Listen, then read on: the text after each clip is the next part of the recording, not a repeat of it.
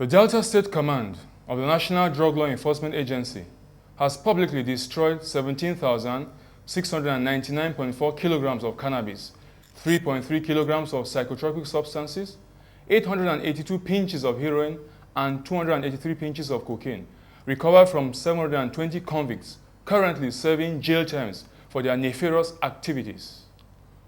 At the occasion, the state commander of the agency, Aju Okopi Ame, noted that Delta State, which is highly blessed in mineral and human resources, ranks amongst the top 3 states in the cultivation of Indian hemp. It is sad to know that Delta State, which is highly blessed in mineral and human resources, ranks amongst the top 3 states in the cultivation, processing, and trafficking of these deadly weeds.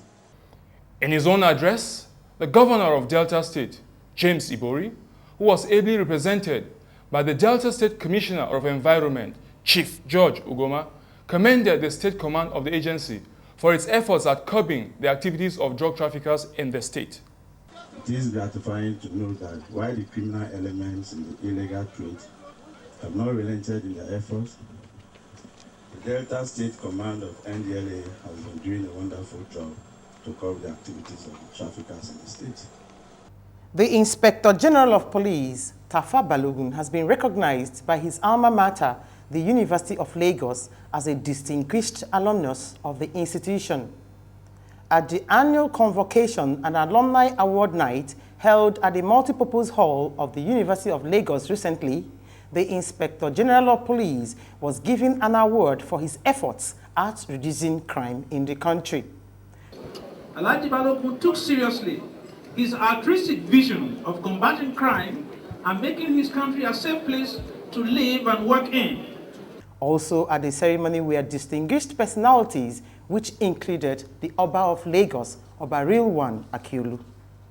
The National Drug Law Enforcement Agency has linked the use of hard drugs to the spread of HIV/AIDS. According to the commander of the agency in Adamawa State, Alhaji Buba Hussaini, there is a high correlation between drugs and HIV/AIDS, explaining that drug addicts have been spreading the virus responsible for the spread of HIV/AIDS in the country. Hussaini also described drug addicts as careless people who do not have consideration for the health of other people after taking hard drugs. The Inspector General of Police, Tafa Balogun, recently welcomed the 7-man team of senior police officers who went on a 6-week study tour on community policing in the United Kingdom. It will be recalled that the senior police officers were selected by the Nigeria Police Force to understudy the effectiveness of community policing in the United Kingdom. Speaking during an interactive session, Peace Abdallah, one of the members of the team, stated that one of the things noted was that most of the information they got had already been envisaged in the 8-point strategy of the Inspector General of Police, while other issues studied included policing with consent, defending human rights and problem solving, amongst others. What we noted was that already a lot of all we saw is being envisaged in the IGP's 8-point program.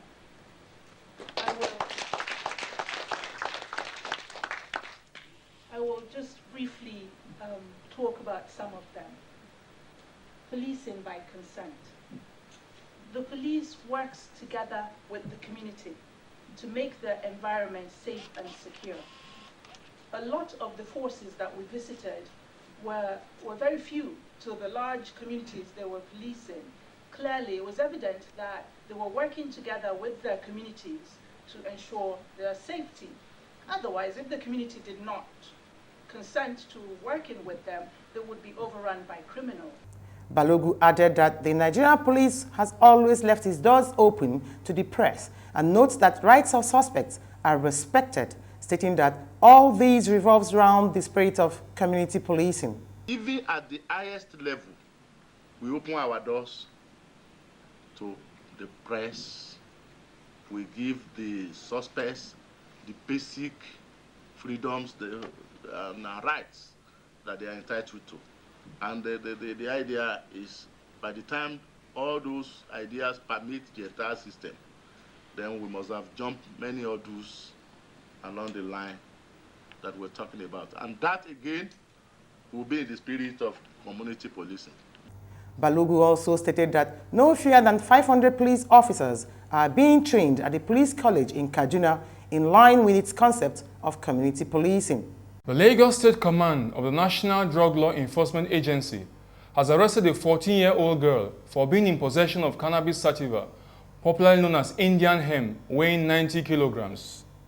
According to the state commander of the agency, Idris Abiodun Adeshola, the suspect, Gloria Orie, was found to have in her possession sacks of Indian hemp weighing up to 90 kilograms. Adeshola further added that officers and men of his command are committed to the eradication of drug pushing within the command's area of jurisdiction. The Lagos State Police Command has arrested one Akporiogene Oserigbe, a suspected armed robber who is a member of an armed robbery gang that unleashed terror on many innocent citizens of the state, dispossessing them of their property in the process. According to the spokesman of the command, Emmanuel Ikudalo, the suspect disclosed the identities of the other members of the gang, which led to their subsequent arrests when the police traced them to their hideout in Ajegunle, a suburb in Lagos. Ighodalo further added that all the arrested suspects have all made useful statements and will soon be arraigned in court. And that's where we draw the curtains on the news today. From Peter, stay tuned. The program continues shortly. Do you have a lovely week ahead? CrimeFighters, the #1 security program on television. In continuation of CrimeFighters' 3rd year anniversary celebration, we bring to you 3 of our celebrated cases. These are the case of a suspect, Austin Okudo, who killed his flatmate Festus, Adetunji John, who maltreated his nephew Adeniyi, and Bosse Adeyinka, who duped her mother. Happy viewing.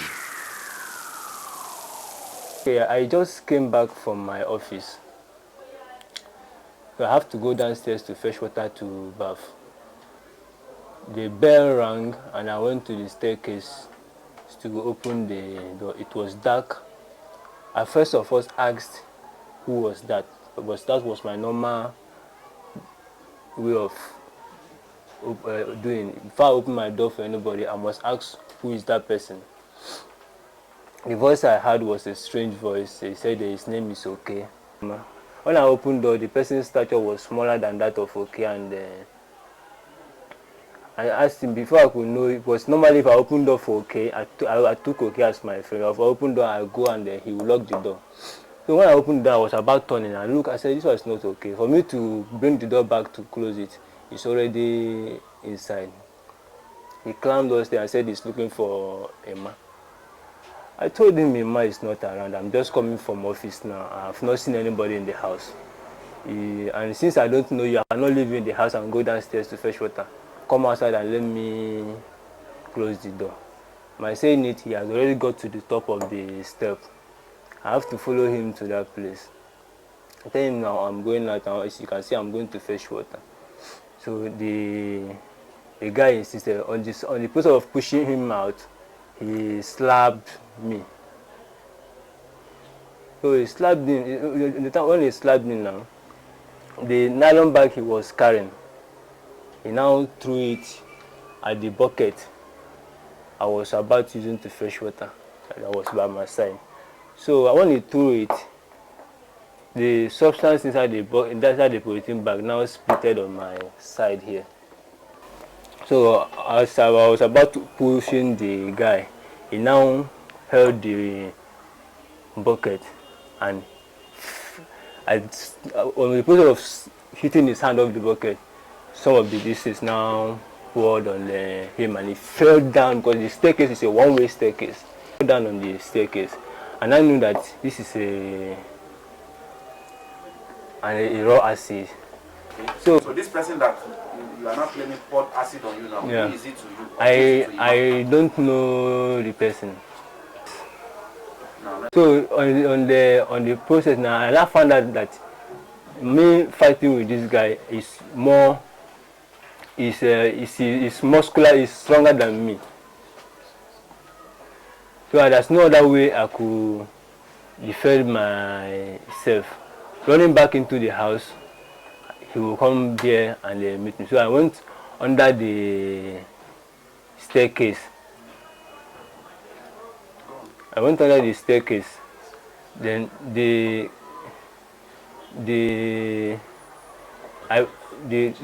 machete, where I put my hand, I heard the machete there, and I used to defend myself, caught him. So when I saw that the guy is now down, when I saw him down, my man now caught. I said, this guy might be dead. Between Austin and the guy that died, do you know Festus? I know it's a relation of Ima. So it means Festus has been coming to that house, or he stays in that house? He stays with Ima. He stays with Ima, yes.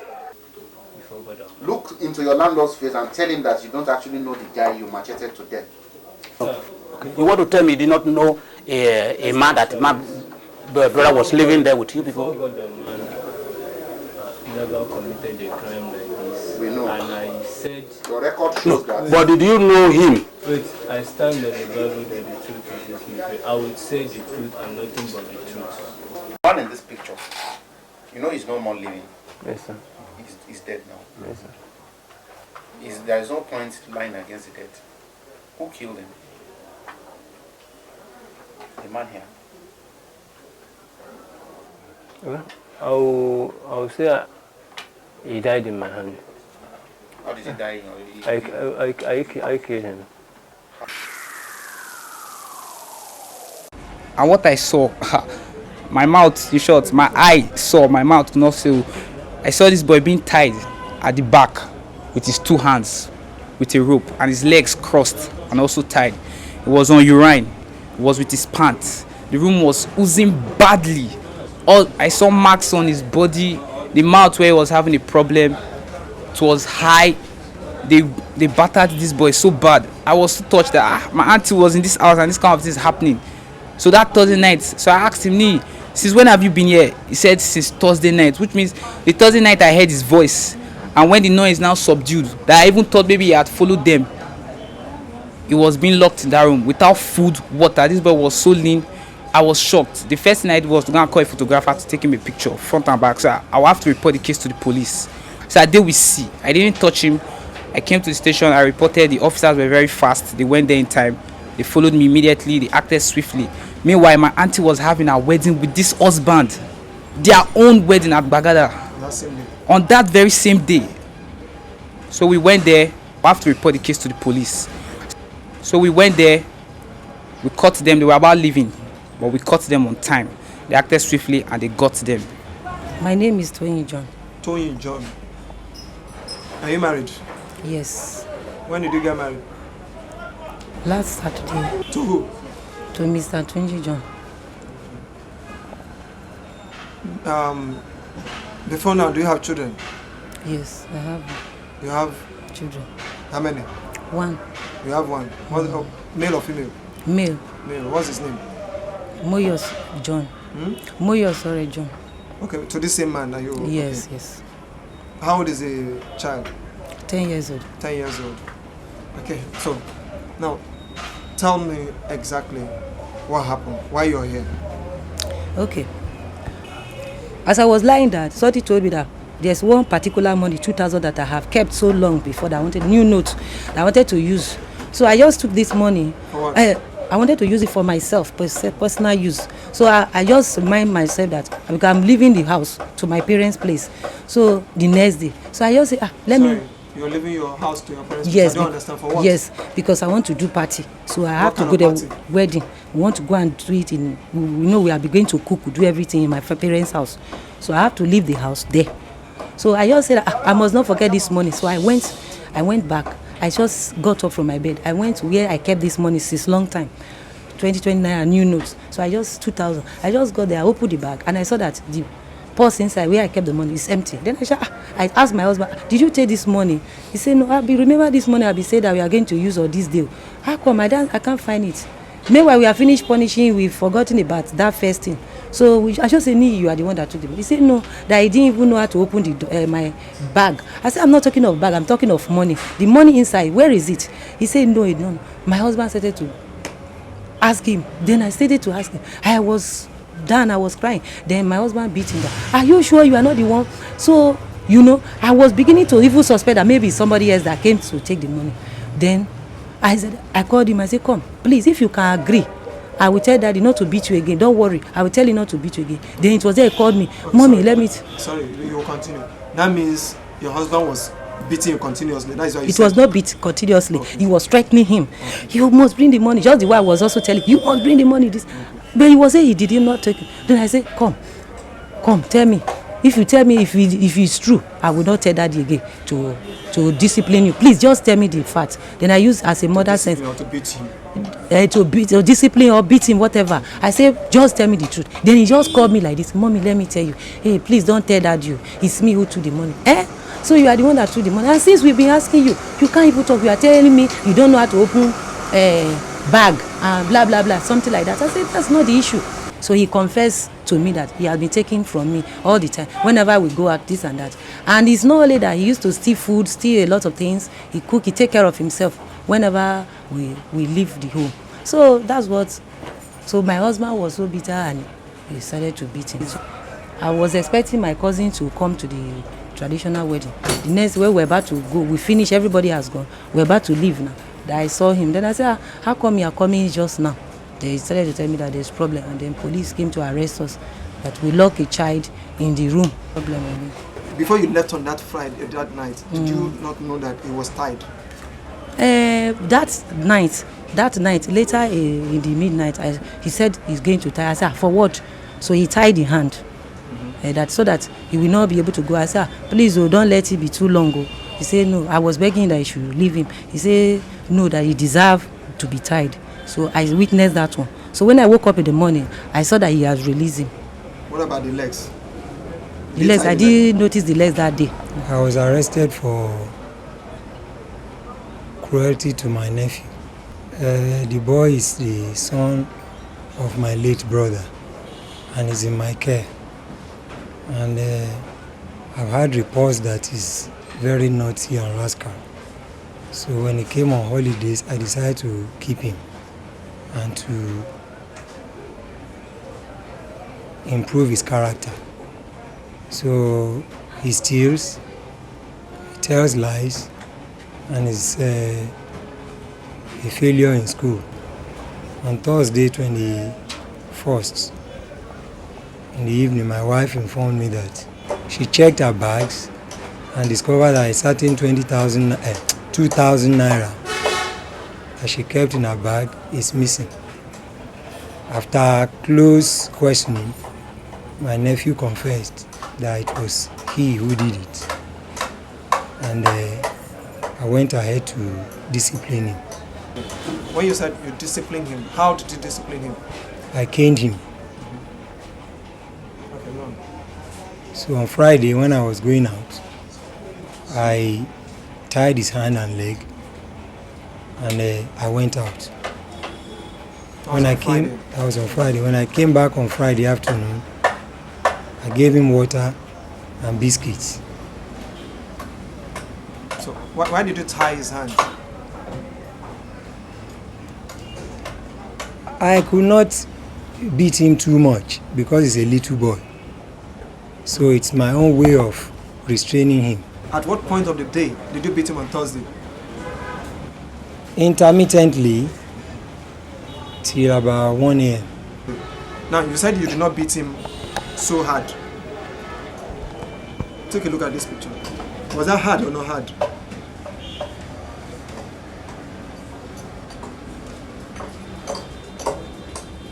You've seen the picture. Yes, who is in the picture? He's my nephew. What's his name? Adeni. Then also look at this one too.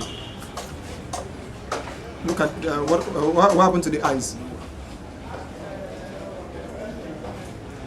It's a bloodshot. Bloodshot. Now, I want you to reconcile the two questions. What you just said, your comments, that you did not beat him too much. I have no comment. How long has this boy been with you? Since August this year. August this year. Did he just come on his own volition? I requested the mother to send him to come and spend the school vacation holiday with me. So, what happened? Is the holiday not over yet? The holiday is over, but I have been under pressure from my family to look after his education and training thereafter. Now, you also said something that you had reports that the guy was stealing. Yes. Now, when you had these reports, what step did you take? A Christian, I took him to my pastor in the church where I worship, and he decided we should go for a 3-day dry fasting program. The day we returned, this boy even stole in the house. When you realized that he picks what doesn't belong to him, and you went to the church and he persisted that he continued in that same practice, was that the reason why you had to subject him to that kind of beating? I do not set out to harm him. He's my son, as the father is late. I wanted to discipline him, and that was all. If your nephew was to be your son, your biological son, would you have treated him that way? I do not understand what you mean by treatment. Okay.